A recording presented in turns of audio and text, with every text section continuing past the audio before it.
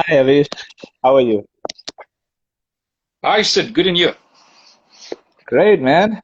It's our first real Instagram chat, and we have lots to talk about. It's been quite a amazing day. It's just never what I expected, but before we get into that, let's just briefly talk about the England versus Sri Lanka. England, as many people would have said, was in hindsight expected 7 wicket win. So what are your thoughts on that? Yeah, I think the first innings from Sri Lanka was, way below par. 135 on that wicket just wasn't enough. Um, and they were chasing the game. Uh, Thereafter, England posted 427.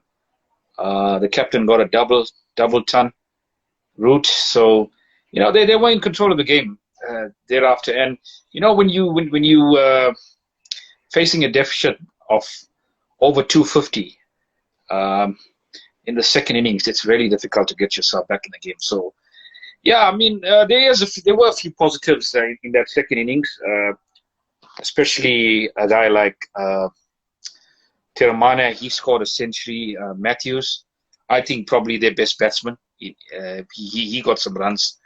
So there were a few positives. It was good that they did show a bit of fight in that second innings, but England comfortable winners in the end. Yes, yes.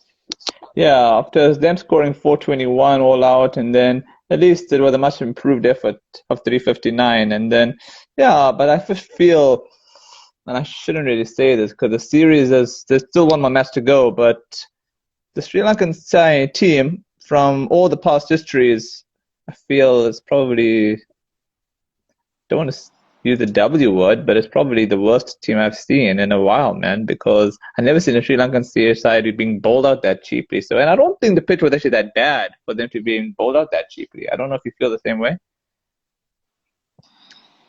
Yeah, I mean, you see a lot of inexperience in this team right through.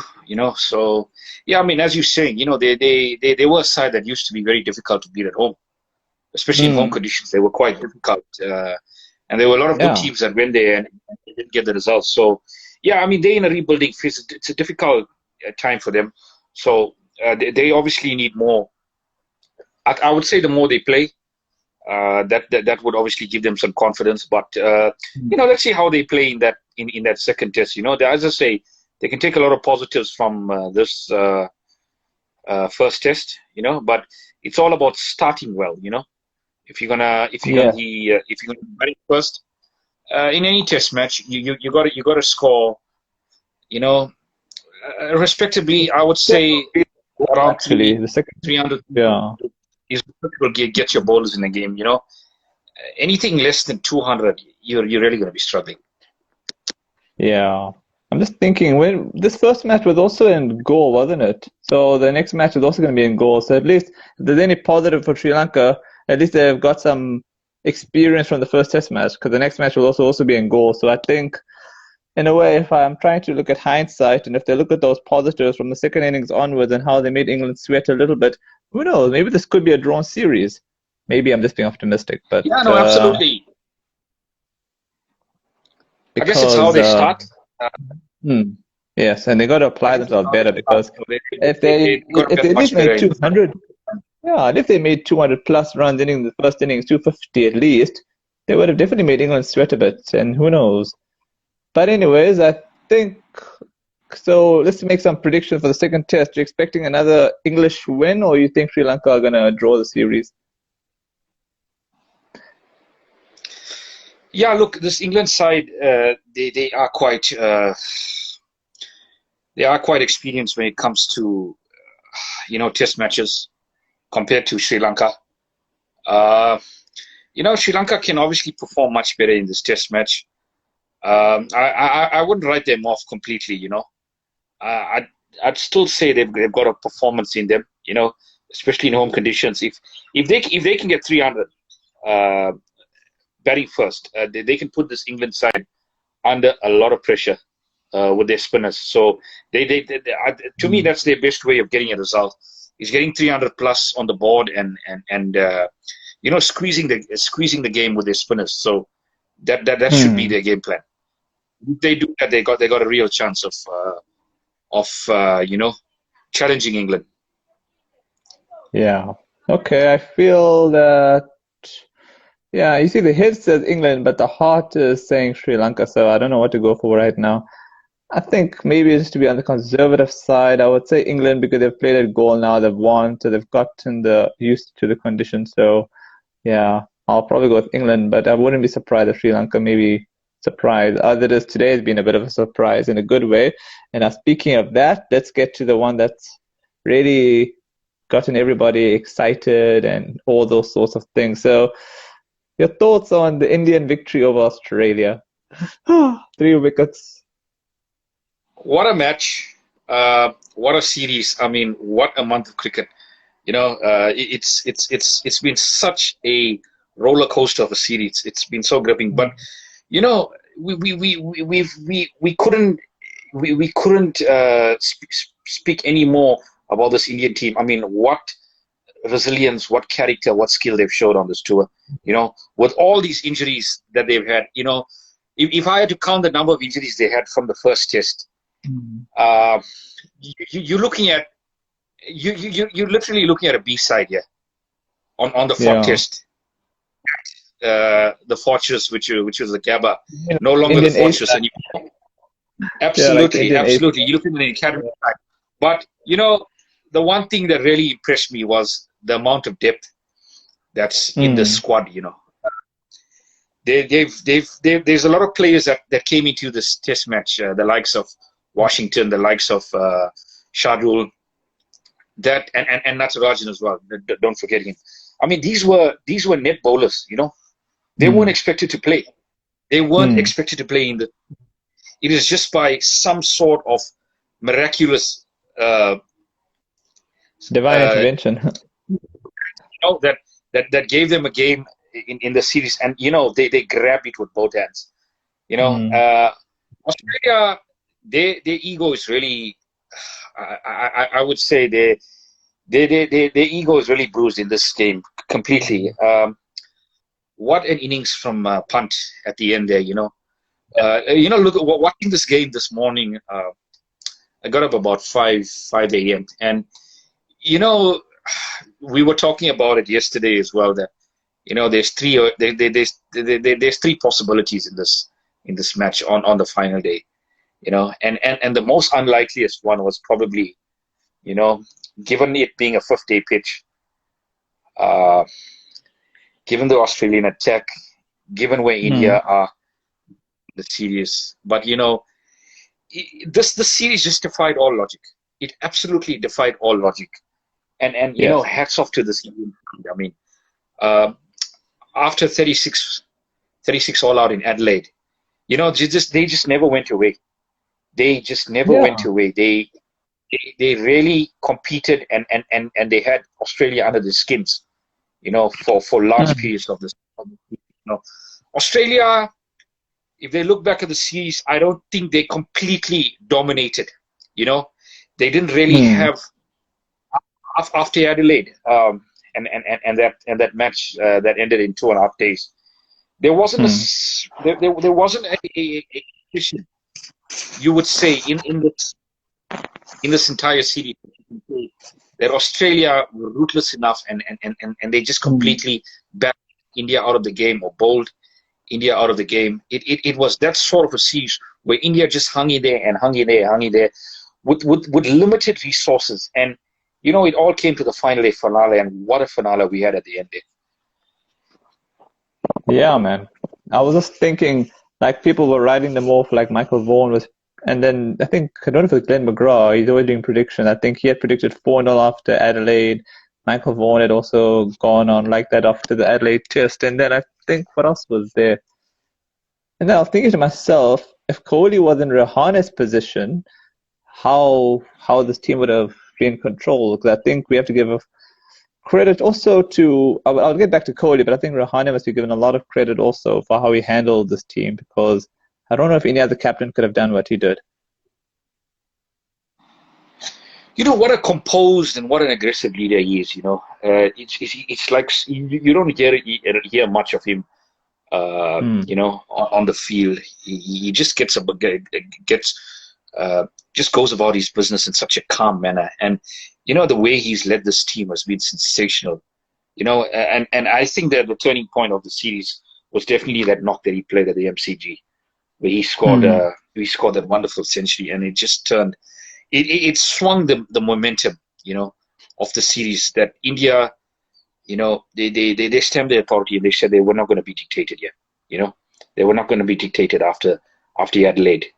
Yeah, and you look at those predictions by those. I don't know if you want to call them experts. I wouldn't really call them experts, but you know, a lot of them would be really scratching their heads now because.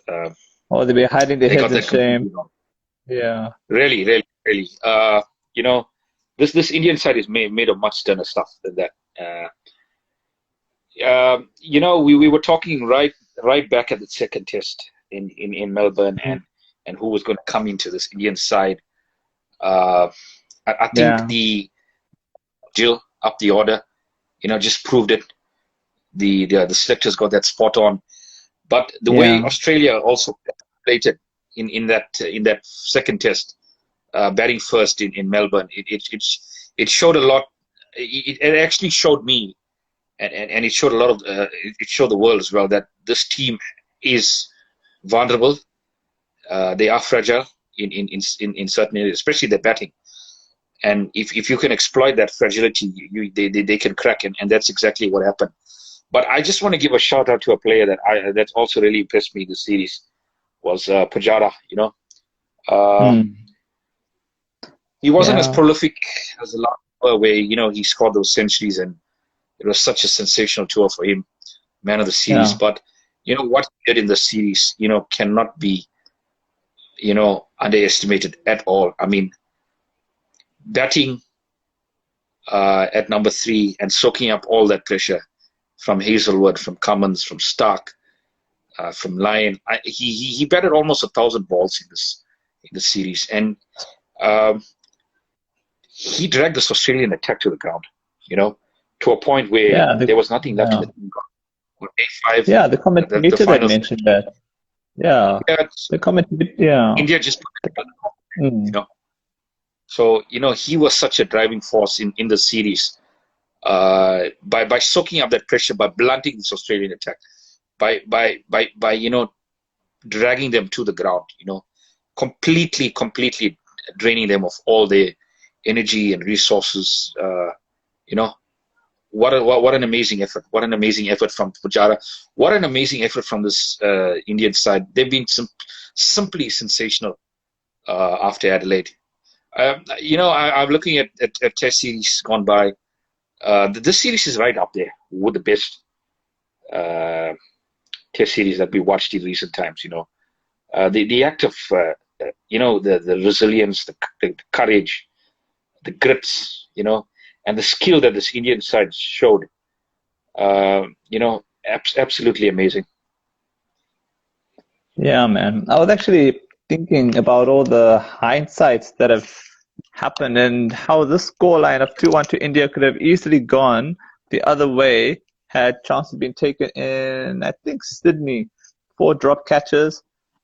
And then I'm also thinking what would have happened also in the first test had India not dropped catches. So I don't know if it kind of balances itself out in terms of the overall result. But let's say hypothetically, if those chances were taken in Sydney, I think it would have been difficult to have seen India winning from 2-1 down, because, or maybe they could have been 2-0, so it's a difficult one to analyze. I mean, but I don't mind.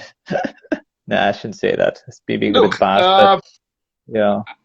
I just think Australia were not good enough in the crucial moments in the series. That's interesting. When it really comes, they lack that killer instinct, and that proved in the end. You know, when especially in Sydney, and the resilience that.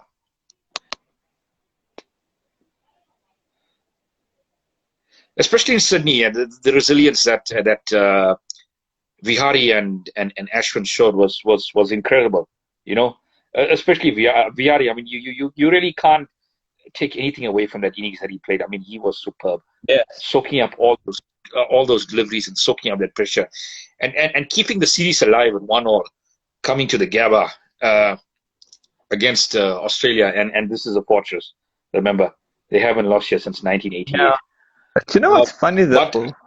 I Yeah. just wanted to add something here in theory. I think a lot has been made of this fortress and so forth, but I guess in a way, if your team, I mean, we've seen some great Australian sides of the past, Hmm. and this Australian side doesn't really. I don't think that this Australian side even really can even be spoken in the same conversation as those teams. So, you know, if there was ever a time to beat them, if there was ever Hmm. a time to beat them, it was now. True. True. Yeah, man. I was thinking about that. Oh gosh, you've kind of said half of what I was thinking because no, man. I just remembered now. Oh yeah, now I got it. You know, if Vihario didn't get injured, I think they were also on their way of chasing that total down in Sydney. So the scoreline realistically could have been 3-1, could have been 2-all, which I feel would have been a much fairer result because I don't think Australia were that bad that they lost 2-1. But I also do feel that because they messed up so badly in Sydney with the drop catches, it's kind of what's going to come back to bite them. And well, it had to bite them today. And then also, I'm trying to think now, what was I going to tell you? Oh, yeah, now I remember. I think I did mention about Kohli, right? That though Kohli may not have Rihanna's attributes, I think he should be given credit for how, in a way, how his style of wanting this number of bowlers, in terms of fast bowlers and number of fast bowlers and number of bowlers in general, just to try and win a test match. Because before, you've seen Indian side only have four bowlers, so I think we've got to give credit for Kohli's way of thinking. It's kind of helped India become this good. What do you think? You know, I think in a way when you're talking about captaincy, I think the way your captain your captain projects his character, it shows it goes right through the team. And I think the way Mm. Rahane captain in this entire series, and he was so sensational, and he's going to get so much applaudits back home and around the world for this. Uh, India at any point in the series, there was no sign of panic. You know, Hmm. they just went about Hmm. their game, whether it was with the bat or the ball. There was no sign of panic. We all know what happened in Adelaide with that with that with Yes. that once with that 180 hour, and we know panic set in. But I think after that first Test match, I think the Indians backroom staff and the squad, they got together and they said to themselves, you know what, we're not going to let panic get the better of us again in the Hmm. series. No, we are not going to have another bad hour that we had in Adelaide, and I think that really came out in these last three Test matches. They were so competitive. They were absolutely competitive. As you're talking about that Sydney Test match. I mean, when Pant came into bat, you know, they were 1-1, 4-3 in Sydney. Rahane just went out, and then what a sensational innings he played, and he brought India back in that game, and he got Australia thinking. And there was a point when they started you know having those defensive fields for Pant, which was you know it just defied belief the way India played.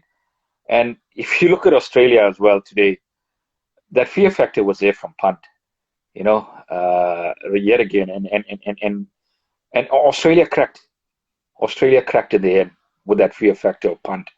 They just lost out. They just ran out of steam, you know.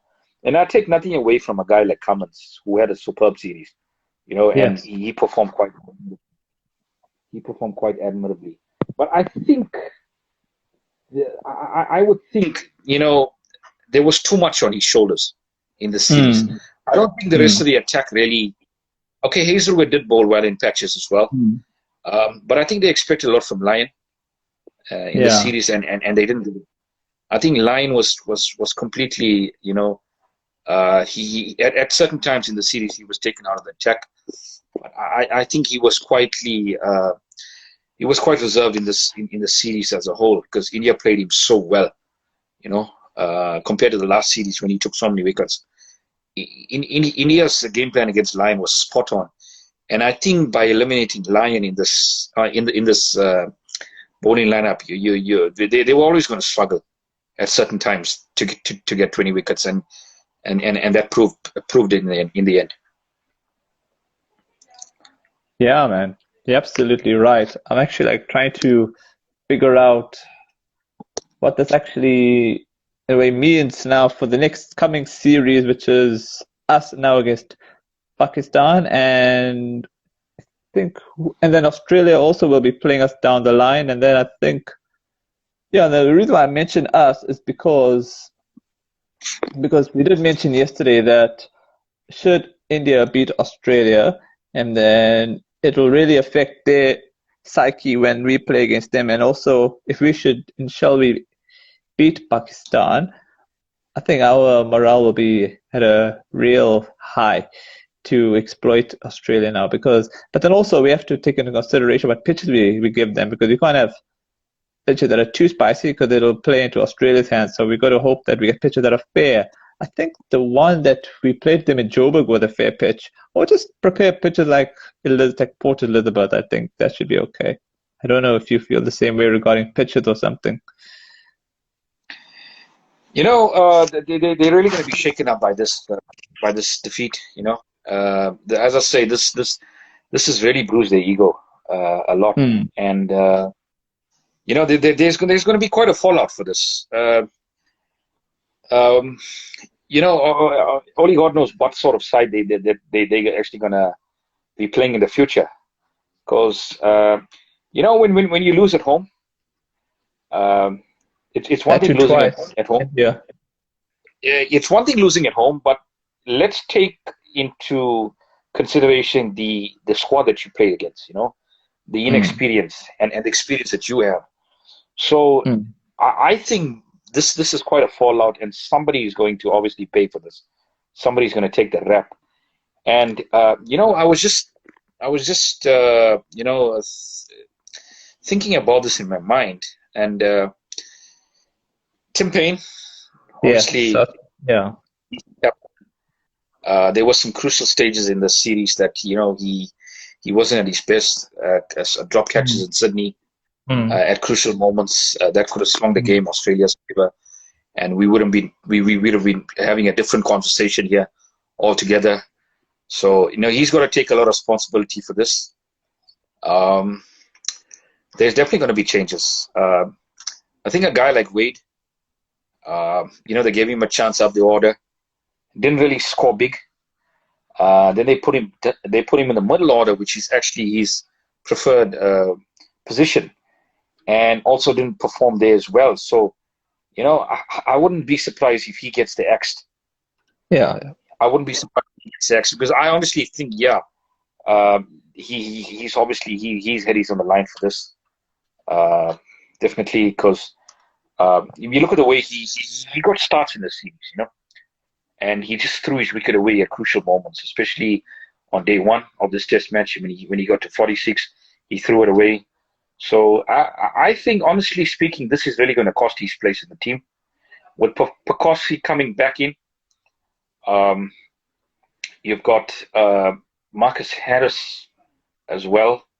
I think there is a bit of question marks in that middle order. The middle order of Australia. They don't seem settled, and especially up the order as well. Warner, obviously, he's going to be there. We all know. If Pekosi comes back, which I think he will, so that means Harris will be dropped, and definitely Wade. He is really going to make way for going back to Travis Head, which I don't think he's even going to solve this problem in a way. But there's big question marks on their batting, because barring Labuschagne and Smith in the series, there hasn't been enough prolific scores from the rest of the batting lineup. And if you take away those two players, I mean, boy, you just see the fragility in this batting lineup. And I think that in a sense was the difference to an extent, because they didn't really get the runs, those big runs, to really boss the game. to an extent where they came to a point where, you know what, it's going to be it's going to be difficult to beat us, but we're not going to lose because we've scored so many runs that it's going to be impossible for us to lose. So they've been exposed quite badly in the series at certain times in their batting. Yeah, I'm just thinking now regarding the weather. I don't know if there was no rain delays in Sydney and Brisbane. Do you think it could have had an impact on the series as a whole regarding those two matches? Because I think over winning last 10, do you feel that it might have created a bit of, you could say, panic and maybe in the home side to try and make things happen, but then it just couldn't happen because India's fighting spirit, made it difficult for them because they were overs lost in both of the matches. I think in this match alone, 50 to 60 overs were lost, and I think also that partnership between Sharadul and Washington ruined it for Australia because I think it was kind of expecting, maybe in hindsight, a lot of Australia to try and make a victory happen. So I think you could say that the gods were probably with India in hindsight, but then maybe that's a bit premature to say that. Absolutely, the fighting spirit was incredible. With the bat in the first innings when they were 180 for 6, and that partnership between Washington and Shardul got them on parity with Australia. So let's not underestimate the importance of that partnership, because that partnership actually swung the game. Actually swung the game. Really did swing the game. Because if India were bowled out for under 250, Australia had a lead of 110, and we would be looking at chasing 400 again. 400 plus on the final day, I think was probably going to be too much to ask for any team. But 328, having said that, 328, definitely a score that India had within their grasp of chasing. Yes, yeah. Rishabh Pant was actually man of the match, but I was thinking maybe the man of the match should have been probably Shardul because these contributions were great. He picked up wickets, he made runs. So fine, Rishabh Pant's knock was great, but if you look at the turning point, maybe they could have had two men of the matches, maybe Shardul and Rishabh Pant in hindsight. I don't know if you feel the same way. I honestly think, if you're talking about man of the match, you could have shared this man of the match with Washington and Pant, because Washington's debut was sensational as well. I mean, scoring 80 plus runs and then taking 4 wickets in the test match. And let's not underestimate that 22 that he made with Pant at the end there, and that crucial partnership that got them home and sunk Australia in the end. So, but I mean, you got to give it to Pant. I mean, amazing day 5 pitch, which I think didn't deteriorate that much. Was still a good wicket. But against this Australian attack that was so relentless, and the way he came out to bat, he came out so positive.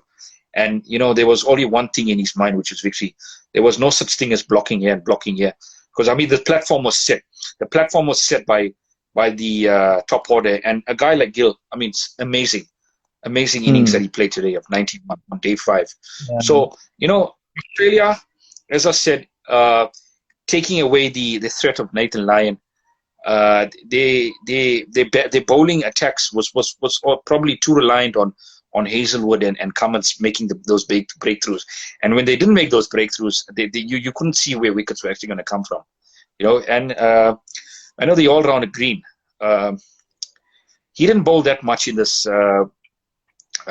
test match, and he didn't bowl that much in the series as well, because he obviously proved to be really ineffective against this batting lineup. So, there's question marks on his role in the team now, whether he's going to be there as a specialist batsman. Can he offer something with the bowling? But I think, in a way, we go back to that Sydney Test match, Australia bowled 131 overs. That really took, sucked all the energy out of them. And then first innings, again, India batted for like 110 overs.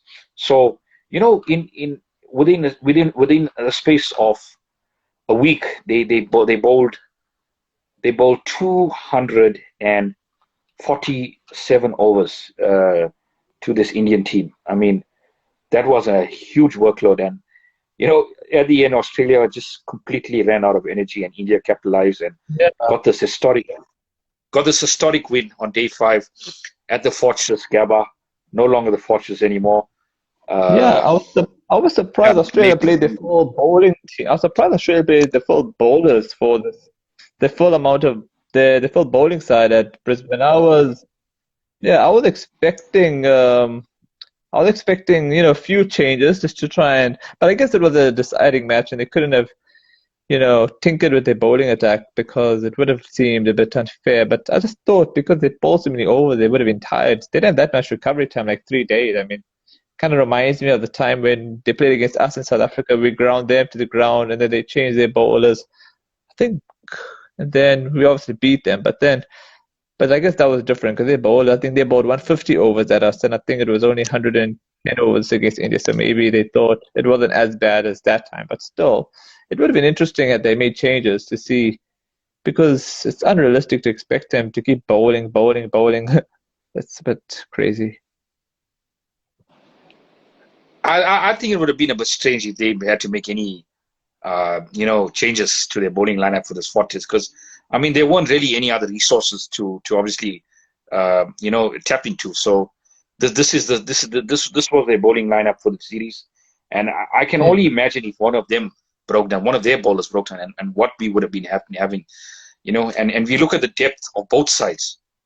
Uh, Australia's depth is probably much, not at the same level as India at the moment in terms of depth. So, that proved in the end. I mean, they just ran out of steam in the end there, bowling so many overs in these two test matches, and not getting the reward because a guy like Lyon was really taken taken off the attack in these two matches. Really didn't get to exploit much in this wicket as well. Uh, yeah, if you look back, I'd say Lyon, by his standards, had quite an average series because the Indian batsman really, put his threat to bed there. Yeah, I'm just thinking if you're okay with it, just want to make a quick review of the. Actually, before I go back to the review, I'm just thinking like, what does this really mean now for the Test Championship now? Because now that India has beaten Australia, I think this gives them a little bit of a possibility of making the finals. I think now they'll go against England, and I think this will give them a big boost for the English series. Even if they had drawn, I would still think they would have had enough confidence for that. So I know we were discussing this on WhatsApp, and they were thinking I was being a bit bullish on my prediction of 4-0. And the reason why I thought of 4-0 because Kohli will come back, and Kohli is such a competitive, you know, he doesn't. He'd run the well-oiled machine, and now that he'll be back captaining the ship, I think. And depending on the pitches, I think if the pitches are fair, I think India should win. If it's not 4-0, I would definitely do see 3-0 happening because England, fine, they've beaten Sri Lanka, but you can't compare Sri Lanka and India, two different teams, and I would be surprised if I saw anything else. Maybe England could take one match, but I don't know. Just don't feel that's happening. Especially with India winning today, the confidence will be just so sky high. It'd be impossible now to see England even winning one game now. If it was a draw, maybe one game they could have stolen, but I don't know. What's your thoughts? Yeah, look, it's too early to make any predictions, and I haven't been too good at predictions in the series. I think we both Oh haven't yeah, been too good at predictions in the series. no, So, but actually, as I funny. said, this is really going to affect Australia's standings in that World Test Championship because they Yes, dropped down to yes. three now. So, coming to South Africa, they've got to get something here, and Yeah, I they're going to think beat it's us up 2 to nil actually. They've got to beat us 2 absolutely nil to and yeah, to qualify. Yeah, and they're so also going to hope England do well Australia. against India as well. Yeah. It's going to be fascinating. This next 2 months of cricket is going to be fascinating. Yeah, I mean, it's going to be fascinating cricket because you've got three teams now that are really trying to push for Mm. that final, that Test Championship final. Mm. Excuse me, at Lords. So New Zealand as well will be looking at this result and Mm. we're thinking, they mix as well. So they'll be looking at that South African series against Australia and hoping that SA can do them a favor and beat Australia. So that would mean Australia would stay at number 3, and Yes. we could potentially see an India-New Zealand final at launch, which is Oh gosh. Oh gosh. I don't want to see India and New Zealand, but that's between me and you now. I'd rather see India and England or something. Imagine beating the home team at Lords.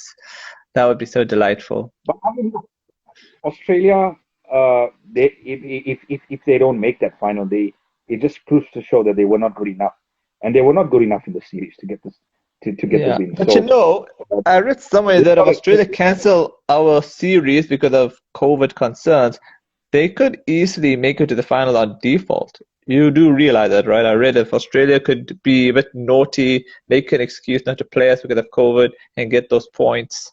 So, yeah. But I think they will come down to South Africa. I don't think they are the type of team to use the pandemic as an excuse to avoid us. And I don't think they should. I mean, despite this loss, they will still be regarded as favorites. But I think, I don't know, depending how we do against Pakistan, that's the main thing. We got to at least compete well against Pakistan, win 1-0, 2-0. Even a draw series, I think, will be a victory for us. So, what are your thoughts on that SA and Pakistan, in short? yeah, look, this upcoming series against Pakistan is going to be huge. It's going to be a very exciting series. Um, I, as I said to you before, I really fancy the Proteas' chances against Pakistan for two things. Uh, I think the pitches are obviously going to suit us a lot because there's not a lot of turn. It's quite flat, so there is there is movement in the air for bowlers. So I think the SA attack can obviously exploit those wickets at the start, with the swing, and the ball reverses towards the end as well, with the old ball. And another factor here is the both batting lineups. I think the Proteas probably have a much more settled batting lineup than Pakistan do. So that's really going to be crucial. I think the Proteas batting lineup is a lot more settled. If you look at that from Yes. number 1 to 6, those places are obviously um, I mean those players can walk into the team. With those spots. I mean those spots are probably sealed in my book because you've got Markram and you've got Elgar that's been so superb in the series against Sri Lanka, and he's going to have a lot of confidence, going with a lot of confidence in Pakistan. And then you've got Rassi at number 3, who's quite solid. And then you've got Faf at number 4. Number 5, I would probably prefer Bavuma at number 5, and then De Kock at number 6 would probably be a better option. And then the number 7 spot would probably be the all-rounder. Now it's going to be interesting to see who the Proteas put in that number 7 position, but I think more on all likely it's going to be Mulder. That's going to be in that number 7 spot, and then you've got the bowlers. So to me, that's a pretty settled batting lineup compared to the Pakistan one, because I think the Pakistan one, they probably scratching their heads as to who they're going to open with, because I mean they didn't really have a good series two of New Zealand, especially those test matches. Yeah. Yes, they got they were out. crushed. Yeah. Yeah, But I then mean, if I had to especially push you for a scoreline prediction, you think we're gonna win 1-0, 2-0? I would take 1-0. I would take 1-0. Okay. I think SA are good enough to win 1-0 in Pakistan, because given the fragility of this Pakistan batting lineup, and Proteas have had success against Pakistan in the past, so they've got to tap into that tap into that knowledge, and plan well. But what would be your second prediction? Plans against these batsmen. Yeah. What would be your second prediction if it wasn't a win for SA? Do you think it'll just be a boring draw? I wouldn't say it's going to be a boring draw. If SA didn't win that, what would be your second prediction? That's what I meant. At worst, it'd be 1-1. At worst, it'd be 1-1. Yeah, I thought of that as well. But the reason why I'm going for the Proteas for the series is the Pakistan batting lineup is like they're so low on confidence. They're really low on confidence, and confidence is the big factor in cricket, and we've just seen Yeah. it in this Australia-India series. I mean, the team that's been so confident, Yeah. and But I think I have a feeling it's going to be a drawn series, or I feel Pakistan will probably snatch it 1-0 because I think they're playing at home. I think they're happy to be there, play at home. The motivation will be there, playing for the crowds, because they would want to be, you know, having the crowd probably throwing rocks at their house or something. I know that happens in India a lot. If the team plays badly, they throw rocks at their house. I think there'll be so much motivation just to play well for their crowds. I have a feeling that could happen, but what else is there? I think that pretty much, I don't know what else to talk about except the fact that the Test Championship is going to be pretty much between those three nations, and I'm hoping as hell that at least we have a team like India or England in the final, the India or Australia. I know I shouldn't say that about New Zealand, but I don't know. I just don't feel comfortable about New Zealand being in the final for some reason. well, New Zealand have been so dominant at home. So if they were to make the final, I mean, there should be no question marks on them. And they've got a wonderful team attack to exploit those conditions. But this Test Championship in a way, to me it seems a bit flawed because there's been so many teams that haven't played enough cricket and they haven't got a chance. So to me, Australia at number 3 now, third on the table. Yeah, there's big question marks on them. If they can make that final, because I mean India, they're in the running because they're going to play England in that 4-Test series at home. So they're going as favourites for that series, and rightly so. Australia, on the other hand, it's a little bit more complicated for them because they've got to come down here and get results, which I don't think is going to be easy. Yeah. But let's say hypothetically, if Australia beat us 2-0, I think they could easily qualify for the finals. And I think India's just going to make sure they beat England about 3 or 4-0, and I think they will also qualify. So it'd be fun to see India-Australia again at Lord's. That would be exciting. But if that doesn't happen, and by God's will we beat them, or the series is drawn 1-1, then I think it'll probably be India and New Zealand maybe in the finals. I think we probably have to look at those two possibilities. My prediction at the moment is in India-New Zealand final. And I'll tell you why. The Australian side is obviously India-New Zealand in the final at Lord's. Yeah, because New Zealand have done what they had to do, and they've got the points. They've won 6 Test matches in a row against some good teams. So they've done their duty. They obviously were looking at this result at Brisbane and the series as a whole. So this result helps them big time, and it keeps them in that hunt. So it's Australia's. Australia have got to do it the hard way now, and they've got to win away from home, and coming to SA and on pitches that they're not unfamiliar to, but I think are going to be quite difficult and spicy pitches here. So it's going to be interesting to see what venues they play on. Yes. If anything, I would think they'd probably go back to the Highveld for about 1 or 2 games, and then probably PE, which is a good venue as well for SA. Maybe they might skip out Durban. Probably hoodie ground. I think it all depends on how this COVID thing goes for the next couple of weeks, and which area obviously has the least amount of cases. But I mean, if they're going to play on the coast, they'll have to stay on the coast, or if they're going to play in the Highveld, which I think is going to be a possibility, they might just play in the Highveld yet again. They might cancel out the coastal towns for the series as well. So I think Australia offered us first. Australia had offered us to come there and play our matches there because Australia were quite concerned about the COVID situation in our country. So it could happen. We could go to Australia actually, and that wouldn't be a problem for us. Be quite good there. And that would be an amazing opportunity.